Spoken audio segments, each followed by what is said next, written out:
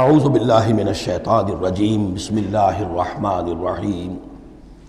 ولما جاءت رسلنا لوطا سیء بہم وضاق بہم ذرعا،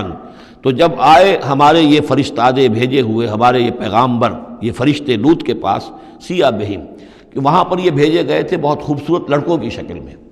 اور ان کے ہاں جو تھا معاملہ آپ کو معلوم ہے کہ جو عبرت پرستی ان کے ہاں تھی اور جو سوڈمی تھی، تو یہ لڑکے خوبصورت آ گئے تو اس قوم کے لیے تو ان کے لیے جشن ہو گیا کہ ہمارے لیے شکار آ گئے ہیں بہت اچھے،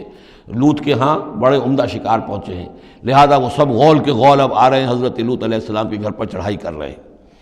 تو جب ہمارے یہ فرشتادہ، ہمارے یہ جو نوجوان لڑکوں کی شکل میں جن کو بھیجا گیا تھا فرشتوں کو، وہ جب پہنچے حضرت لوط کے پاس، سیء بہم، وہ ان کو دیکھ کر بہت غمگین ہوا کہ یہ بڑا میرے لیے، وضاق بہم ذرعا، ان کا دل بڑا تنگ ہوا، وقال ھذا یوم عصیب، اور انہوں نے کہا یہ تو میرے لیے بڑا سختی کا دن آ گیا ہے، میرے پاس اتنی طاقت نہیں ہے کہ میں ان بدبختوں کا مقابلہ کر سکوں، اپنے ان مہمانوں کو ان کی دستبرد سے میں بچا سکوں۔ اور وہ لوگ جو ہیں وہ جانتے تھے جس قسم کی خبیث ان کی تباہی ہو چکی تھی کہ وہ کسی اپیل اور کسی دلیل سے بعد آنے والے نہیں ہیں، تو اس سے ان کے دل کے اندر جو ہے وہ ایک عجیب کیفیت پیدا ہوئی۔ سیء بہم وضاق بہم ذرعا وقال ھذا یوم عصیب وجاءہ قومہ یہرعون الیہ، اور اب آئی اس کی قوم اس کے پاس والہانہ دوڑتی ہوئی، بڑے خوشی سے ناچتے ہوئے آ رہے ہیں کہ آج تو ہمارے لیے جو ہے وہ بہت ہی عمدہ شکار پہنچ گیا ہے۔ وَمِن قَبْلُ كَانُوا يَعْمَلُونَ السَّيِّئَاتِ، اور وہ پہلے ہی سے ان گندے کاموں کے اندر ملوث تھے۔ قَالَ يَا قَوْمِ هَؤُلَاءِ بَنَاتِي هُنَّ أَطْهَرُ لَكُمْ، حضرت لوط نے فرمایا کہ دیکھو میری قوم کے لوگوں، میری بیٹیاں موجود ہیں، وہ تمہارے لیے بہت پاکیزہ ہیں۔ اس کے دو معنی کیے گئے، ایک تو یہ کہ بیٹیوں سے مراد ہے کہ جو تمہاری بیویاں ہیں وہ میری بیٹیوں کے مانند ہیں۔ نبی جو ہوتا ہے وہ گویا کہ قوم کے لیے والد کی جگہ ہے، جیسے کہ قرآن مجید میں وَأَزْوَاجُهُ أُمَّهَاتُهُمْ، حضور کی تمام ازواج جو ہیں وہ پوری امت کے لیے ماؤں کے درجے میں ہیں، تو گویا کہ یہ میری بیٹیاں ہیں، اللہ نے تمہارے لیے ان کو پیدا کیا ہے، تمہارے لیے جوڑا بنایا ہے، وہ پاک جو ہے تمہارے لیے راستہ اپنی شہوت کی کے تقاضے کو پورا کرنے کے لیے صحیح راستہ اس کو چھوڑ کر، اور یہ بھی ہو سکتا ہے کہ انہوں نے اپنی بیٹیوں ہی کو پیش کیا ہو کہ تمہیں اگر کرنا ہی ہے تو نکاح کر لو، میں اپنی بیٹیاں تمہیں نکاح میں دینے کو تیار ہوں، لیکن میرے جو یہ مہمان ہیں ان کے بارے میں مجھے رسوا نہ کرو۔ قال یا قوم هؤلاء بناتی هن اطہر لکم فاتقوا اللہ ولا تخزون فی ضیفی، تو اللہ کا خوف کرو اور دیکھو مجھے میرے مہمانوں کے معاملے میں رسوا مت کرو۔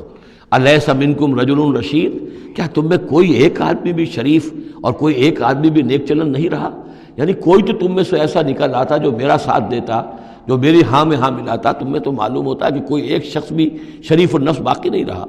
قالوا لقد علمت ما لنا فی بناتک من حق، انہوں نے کہا کہ اے لوط تمہیں خوب معلوم ہے تمہاری بیٹیوں پر ہمارا کوئی حق نہیں ہے۔ اس سے معلوم ہوتا ہے وہ دوسری ہی بات ہی زیادہ راجح ہے۔ وَإِنَّكَ لَتَعْلَمُ مَا نُرِيدُ، اور تم خوب جانتے ہو جو ہم چاہتے ہیں، یعنی باتیں مت بناؤ، ہماری توجہ جو ہے ادھر ادھر لے جانے کی کوشش نہ کرو، تم جانتے ہو ہم جو چاہتے ہیں، جس کے لیے ہم حاضر ہوئے ہیں، جس کے لیے ہم پہنچے ہیں۔ قَالَ لَوْ أَنَّ لِي بِكُمْ قُوَّةً، انہوں نے کہا کاش کہ میرے پاس تمہارے مقابلے کے لیے کوئی طاقت ہوتی، او آوی الی رکن شدید، یا میں کوئی قلعہ ایسا ہوتا جس میں مضبوط میں جا کر پناہ لے لیتا اور تم سے اپنے آپ کو اور اپنے مہمانوں کو بچا لیتا۔ یہاں ہے اصل میں حضور صلی اللہ علیہ وسلم کی ایک حدیث میں الفاظ آئے ہیں، یرحم اللہ لوطا لقد کان یاوی الی رکن شدید، اللہ تعالیٰ رحم فرمائے لوط پر، وہ ایک مضبوط قلعے میں تھے، اللہ تعالیٰ کی حفاظت تو انہیں حاصل تھی، لیکن یہ کہ اس وقت جو صورت بن گئی تھی ان کے لیے، جیسے جب جادوگروں نے جو اپنے انچھر پھینکے تھے اور وہ بھی بن گئے تھے فرعون کے دربار میں، وہ بھی شکل اختیار کر لی تھی انہوں نے سانپوں کی، تو حضرت موسیٰ پر بھی وقتی طور پر خوف طاری ہو گیا تھا۔ تو بنائے طب بشری خوف کا ہو جانا یہ کوئی نبوت کی عصمت کے منافی نہیں ہے۔ تو یہاں پر بھی اللہ تعالیٰ کی حفاظت تھی، اور جیسا کہ آیا فرشتوں نے پھر ذرا سا ایک ہاتھ ہلایا اور سب کے سب اندھے ہو گئے، وہ اس طرح کا معاملہ تفاصیل تورات میں ہے۔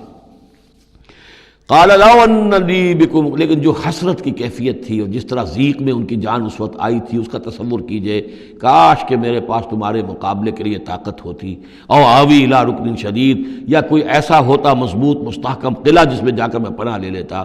قالوا یا لوط انا رسول ربک، ان فرشتوں نے کہا اے لوط گھبرائیں نہیں، ہم آپ کے رب کے پیغامبر ہیں، بھیجے ہوئے ہیں، لن یصلوا الیک، یہ آپ تک پہنچ ہی نہیں پائیں گے، آپ کو کوئی گردن نہیں پہنچا سکیں گے، آپ بالکل اطمینان رکھیں۔ فَأَسْرِ بِأَهْلِكَ بِقِطْعٍ مِّنَ اللَّيْلِ، اور بھی رات کا ایک حصہ جو باقی ہے اس میں آپ اپنے اہل کو لے کر، اپنے گھر والوں کو لے کر نکل جائیے اس بستی سے۔ وَلَا يَلْتَفِتْ مِنْكُمْ أَحَدٌ، اور کوئی بھی آپ میں سے پیچھے نہ دیکھے، پیچھے توجہ نہ کرے، پیچھے کی طرف کوئی خیال نہ آئے کہ ہمارے دوست تھے اور ہمارے یہ تھے اور ہمارے عزیز تھے، إِلَّا امْرَأَتَكَ، اور آپ کی بیوی بھی ساتھ نہیں جائے گی، وہ بھی یہیں رہے گی۔ یہ دو بیویاں ہیں جلیل القدر پیغمبروں کی، جن کا ذکر پھر آئے گا بڑی وضاحت کے ساتھ سورہ تحریم میں۔ ایک حضرت نوح علیہ السلام کی بیوی اور ایک حضرت لوط کی بیوی، کہ یہ اگرچہ کہ کانتا تحت عبدین من عبادنا صالحین فخانتاہما فلم یغنیا عنہما من اللہ شیئا، اگرچہ وہ ہمارے دو بہت ہی نیک اور بہت ہی برگزیدہ بندوں کے تحت تھیں، ان کے گھروں میں آباد تھیں، لیکن یہ کہ انہوں نے خیانت کی، اور اس کے نتیجے میں یہ ہے کہ پھر وہ اللہ تعالیٰ کے عذاب سے ان کے شوہر انہیں بچا نہیں سکے۔ نہ حضرت نوح بچا سکے اپنی اس بیوی کو، اور نہ حضرت لوط بچا سکے اپنی اس بیوی کو۔ الا امرأتک، سوائے آپ کی بیوی کے، انہ مصیبھا ما اصابہم، اس کے اوپر تو وہی مصیبت آ کر رہنی ہے جو ان سب پر آنی ہے۔ ان موعدہم الصبح، اور دیکھیے ان کے وعدے کا وقت صبح کا ہے، صبح کو وہ عذاب آ جائے گا۔ الیس الصبح بقریب، کیا صبح قریب نہیں ہے؟ یعنی اب جلدی کیجئے، اب آپ فوری طور پر یہاں سے اپنی بچیوں کو لے کر نکل جائیے۔ فلما جاء امرنا جعلنا عالیہا سافلہا، جب ہمارا حکم آ پہنچا ہم نے اس کے اونچے کو نیچا کر دیا، یعنی کسی بستی کو تلپٹ کیا جائے تو چھت نیچے ہو جائے گی اور جو بنیادیں اوپر آ جائیں گی۔ عالیہا سافلہا، الٹ کر رکھ دیا بستیوں کو۔ وامطرنا علیہا حجارۃ من سجیل، اور مزید ان کے اوپر ہم نے بارش برسائی کنکروں کی، پتھروں کی، یعنی یہ کہ ایک طرف تو یہ کہ کچھ زلزلہ آیا یا کچھ اور زمین میں دھماکہ ہوا، ایکسپلوژن ہوا جس سے وہ بستیاں الٹ گئیں، اور اس کے بعد یہ ہے کہ آسمان سے پھر بارش ہوئی ہے ان پر سجیل۔ یہ سجیل اصل میں فارسی کا لفظ ہے سنگ گل، سنگ گل یعنی یہ کہ مٹی جو ہے اگر کسی صحرا کے اندر تھوڑی سی پھوار پڑے اور زیادہ تیز بارش نہ ہو تو وہ ہر قطرے کے ساتھ تھوڑی سی مٹی مل کر وہ ایک چھوٹا سا دانہ بنتا ہے، اور وہ پھر دھوپ جب پڑتی ہے تو وہ پھر پک جاتا ہے، جیسے کہ کہیں آپ اینٹیں پکاتے ہیں اپنے بھٹیوں کے اندر، یہ پھر کہلاتی ہے سنگ گل، یعنی یہ پتھر تو ہے لیکن یہ پتھر نہیں ہے، یہ مٹی کے بنے ہوئے پتھر ہیں، کنکر ہیں۔ ان کنکروں کی بارش ہوئی جس کے اندر کہ اس کو بالکل دفن کر دیا گیا ان دونوں شہروں کو۔ منضود، تہ بر تہ، تہ بر تہ، وہ جو بارش ہو رہی تھی کنکروں کی تہ بر تہ۔ مسومۃ عند ربک، اور وہ نشان زد تھے تیرے رب کی طرف سے، یعنی ہر ایک کے لیے معلوم تھا کہ کس کو کون سا پتھر لگنا ہے اور کون سا جو شخص ہے اس کی ہلاکت کس کے ذریعے سے ہونی ہے۔ وما ہی من الظالمین ببعید، اور یہ ان ظالموں سے کچھ زیادہ دور نہیں ہے، یعنی جو مشرکین مکہ ہیں، جو قریش ہیں اور عرب کے جو مشرک ہیں، ان سے یہ بستیاں کو دور تو نہیں ہیں، اس لیے کہ یہ جب جاتے تھے فلسطین کی طرف اپنے قافلے لے کر تو یہاں سے گزرتے تھے۔ قوم سمود کا مسکن بھی ان کے راستے میں آتے تھے، قوم مدین کا علاقہ بھی ان کے راستے میں آتا تھا، پھر یہ عمورہ اور صدوم کی بستیوں کے جو ہے یہ بھی کچھ ان کے جو آثار باقی رہ گئے تھے وہ بھی آتے تھے۔ صدق اللہ العظیم۔